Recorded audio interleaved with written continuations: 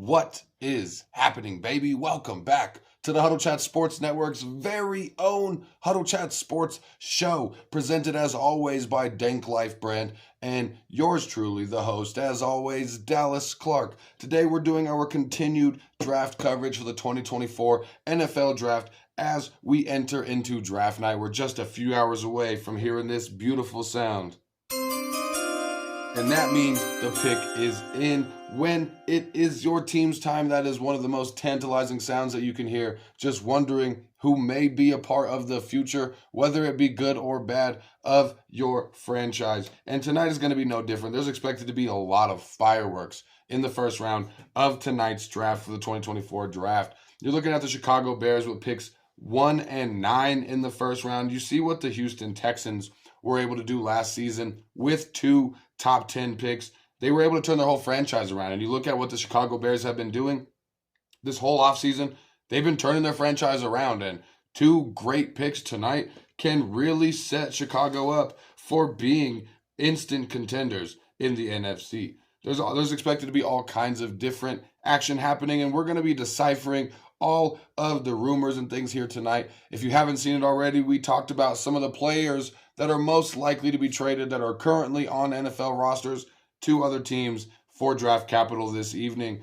This episode, we're going to be discussing some of the regular draft rumors, some of the players that are projected and predicted to go to certain places, some of the teams trying to move up. We have a lot of different action going on. Like currently, right now, I'm hearing a lot of information, a lot of moving and shaking from the Los Angeles Rams trying to make a trade up to the top 10.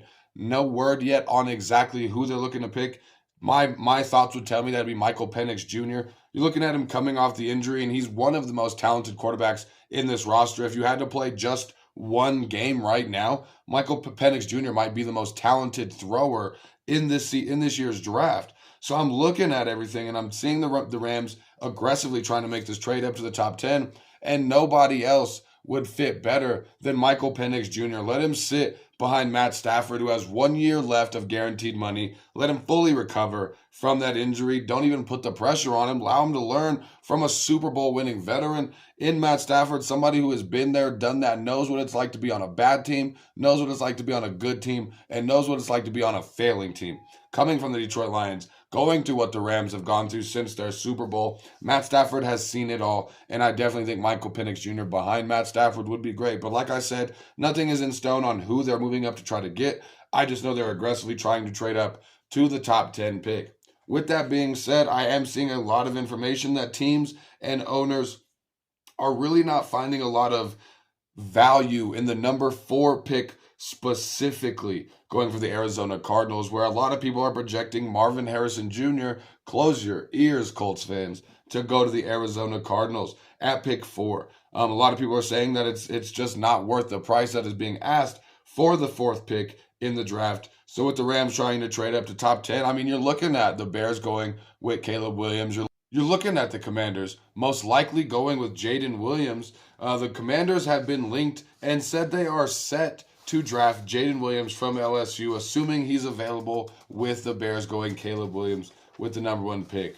So you're looking at Washington potentially getting their quarterback of the future at number 2 in Jaden Daniels, after Chicago gets their quarterback of the future at number 1 in Caleb Williams. The number 3 is most likely going to be Drake May. Who drafts Drake May is going to be the real question. The New England Patriots, by God, they need a quarterback so bad since Tom Brady left that they would pay Tom Brady all of New England in order to come back for just 1 season. New England is looking like they're going to draft a quarterback no matter what. Even if they have to move back, a lot of people are giving offers to the New England Patriots for that number 3 pick in the draft. They would like to draft Drake May, but they know that they could also get a ton of capital trading away that number 3 pick. If this was the Bill Belichick era, I would almost guarantee that the New England Patriots would be trading this number 3 pick away, even if it's moving back just to the 9th pick or something along those lines, and still getting a quarterback, still getting a Michael Penix Jr., and letting somebody like the New York Giants move up and draft Drake May.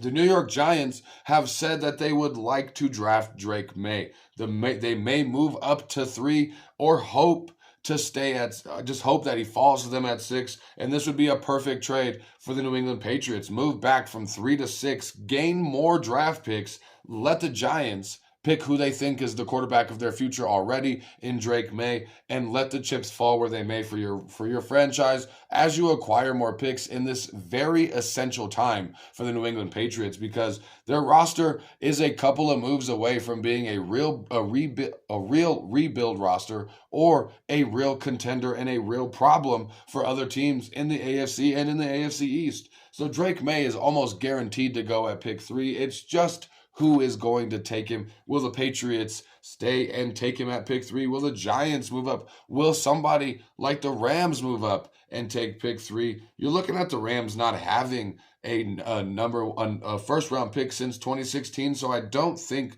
that the Rams, even though they are aggressively trying to trade up to the top 10, as we've already talked about, they have the 19th overall pick, and they haven't had one since 2016, since the Rams have had a first round draft pick. So I definitely don't think the Rams spend that much to move up to the 3rd spot, but they are trying to move up to the top 10, and you're looking at the Patriots being open to trade. So that is a potential move right there to keep your eyes on. Another thing I'm listening out for is that the Eagles are aggressively trying to move up. Right now they have the 22 overall pick, but they also have 2 second-round picks tomorrow, as well as 5 day 3 picks. So you look at the Eagles. They lost in the Super Bowl 2 years ago. They were knocked out after being 10-1 at the start of the season, before even making it to the Super Bowl this season.